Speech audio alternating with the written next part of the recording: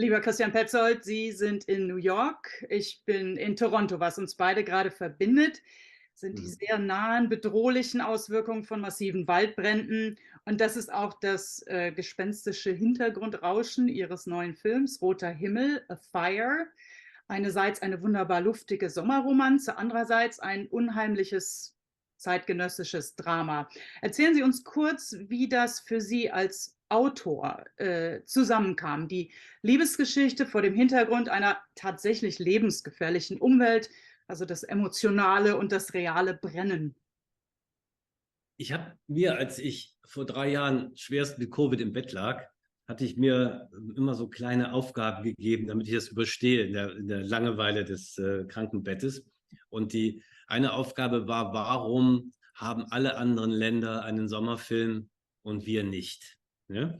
Warum gibt es in Schweden Mein Sommer mit Monika? Warum gibt es die Franzosen mit Romer und Rivette? Warum gibt es die Amerikaner mit ihren Horrorfilmen, ja? Und ihren Highschool oder das Highschool-Film? Warum gibt es das und warum haben wir das nicht? Und dann ist mir die Idee gekommen, vielleicht ist die Theorie auch völlig falsch, aber wir Deutschen haben ja einen Sommerfilm gehabt, Menschen am Sonntag, von Billy Wilder, Ulmer, Stuart Mac und Zinnemann auch dabei.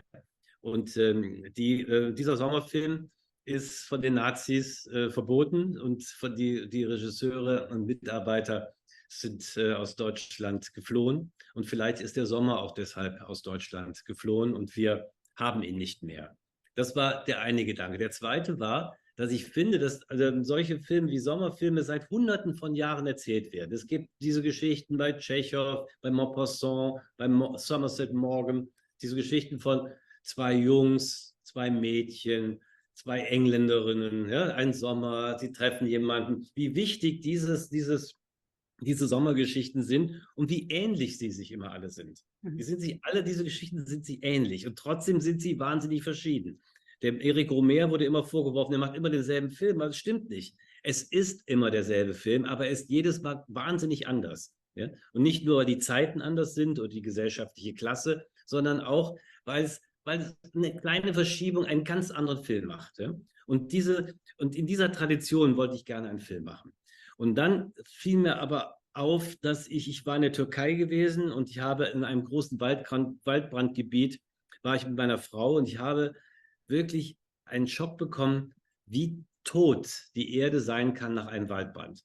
Hatte ich mir nicht vorstellen können, dass man inmitten eines schwarzer Stämme steht und kein Geräusch ist mehr zu hören. Kein Wind, ja, weil der Wind sich nirgendwo verfängt, keine Insekten, weil die nicht mehr existieren, keine Vögel, weil die alle tot sind. Es gibt kein einziges Geräusch. Und da dachte ich mir, ja gut, seit Hunderten von Jahren gibt es Sommergeschichten. Und man hat immer bei den Sommergeschichten das Gefühl, manche sind tragisch, manche sind komödiantisch, aber es wird sie immer weiter geben. Es wird immer wieder Menschen geben, die an einem Sonntag oder an einem Sommertag versuchen, jemand zu werden. Und wir schauen ihnen dabei zu. Und jetzt habe ich aber in diesem Wald das Gefühl gehabt, vielleicht gibt es das bald nicht mehr. Vielleicht gibt es bald keine Sommerfilme mehr. Und wenn wir keine Erde mehr haben oder keine Wälder mehr haben und keine Lichtungen und keine Träume und keine Nächte mehr, dann, dann können wir auch nichts mehr erzählen. Und das waren die Überlegungen zu A Fire. Oder jetzt, wie er in Deutschland Roter Himmel heißt. Ne? Ja. Ja, vielleicht war es auch das, was für mich nachhaltig so gut funktionierte, dass dieser Sommerfilm eigentlich gleich zu Beginn seine Unschuld verliert. Und dann vergessen die Protagonisten als auch die Zuschauer, also in meinem Fall war das zumindest so, die Bedrohung auch wieder, bis es ja zu spät ist. Und das ist ja letztlich eine Parabel aufs wirkliche Leben in der Klimakrise. Ja, wir wissen alle, dass sie da ist, wir sehen es, fühlen es und tanzen bei ihnen ja tatsächlich auf dem Vulkan. Und dadurch fühlte ich mich immer wieder hineingezogen, aber auch ertappt. Ein ganz komisches Gefühl zwischen, zwar positiv, aber man fühlte sich auch irgendwie beschämt oder ertappt oder complicit, würde man auf Englisch sagen. Ja, diese Romanze oder der Sommerfilm ist ja fast auch schon wieder, führt mich zu einer Genrefrage letztendlich, die vielleicht bei ihrer Arbeit erst für mich zumindest bei Undine aufkam, wo man sagen könnte, das waren Märchen- oder Fantasieelemente.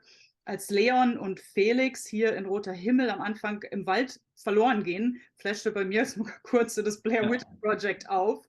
Und wenig später lacht man aber laut, ob der unbeholfenen Flirtversuche zwischen Leon und Nadja zum Beispiel.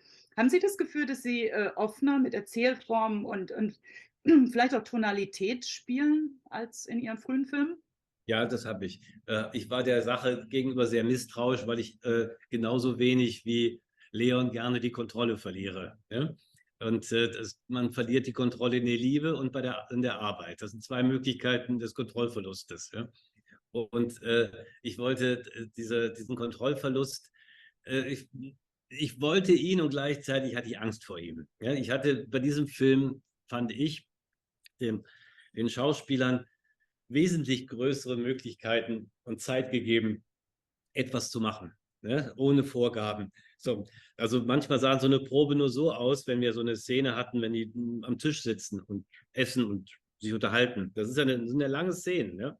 Da kann man ja im klassischen, kann ja vorher alles auflösen und denen alles erklären und die Kamera steht da und dann wirst du da gefilmt und sowas. Und ich wollte sowas nicht mehr machen.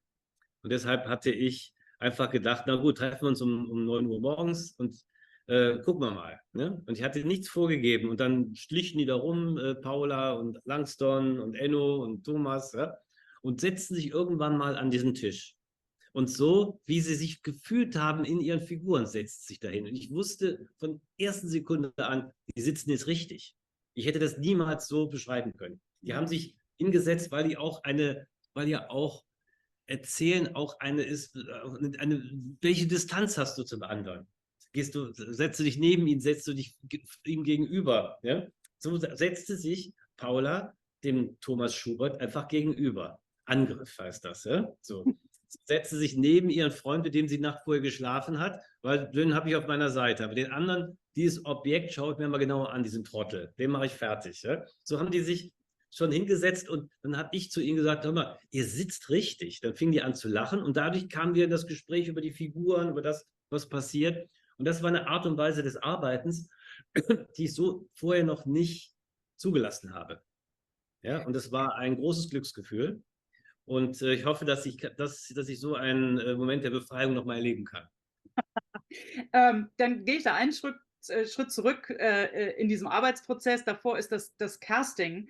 Und diese vier, das muss man ja wirklich sagen, sagen auch alle Reviewer, Leon, Felix, Nadja und David, könnten ja nicht besser irgendwie zusammen agieren mit ihrem Umtanzen, aber auch dieser jugendlichen Verlorenheit und Suche.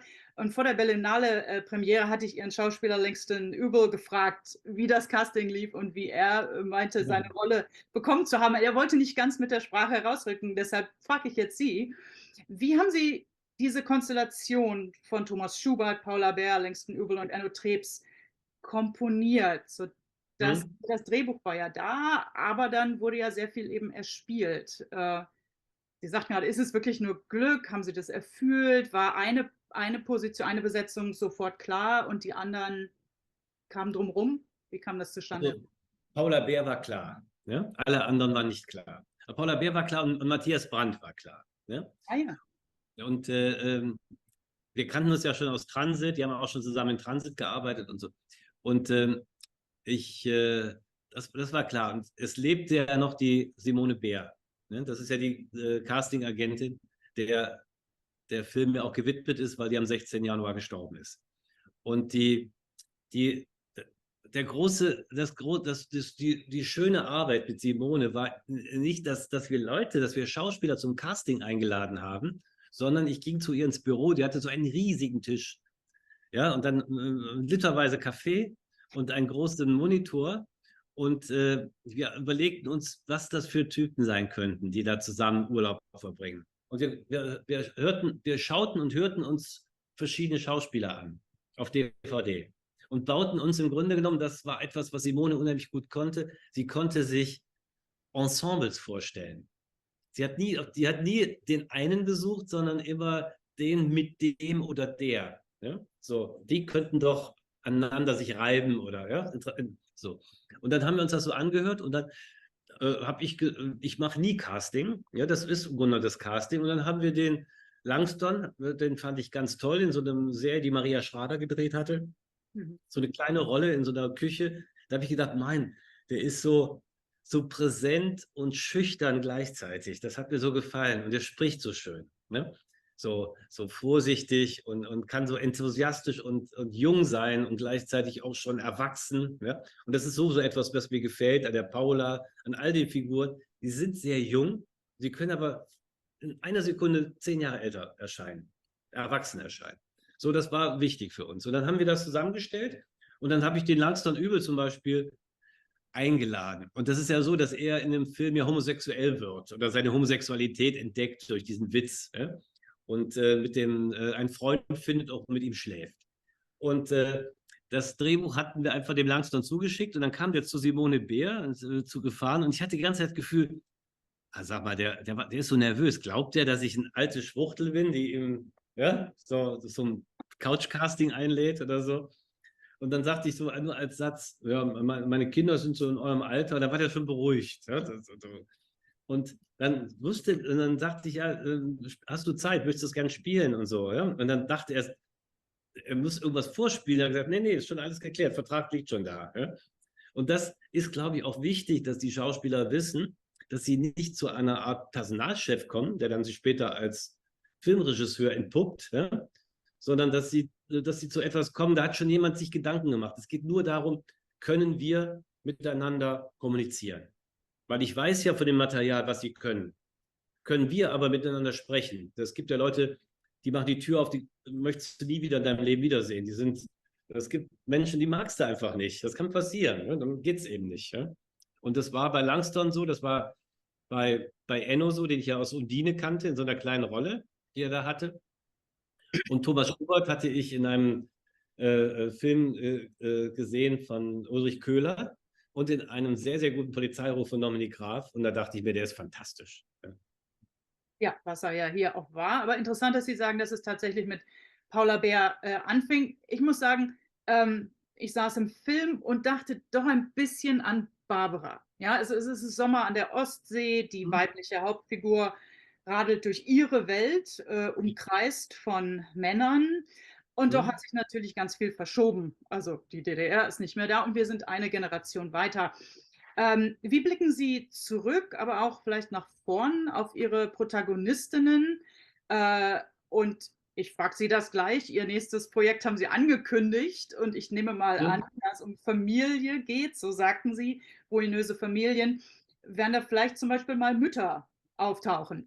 Sehen Sie da eine Entwicklung oder was? Oder wer beeinflusst Ihre weiblichen Figuren?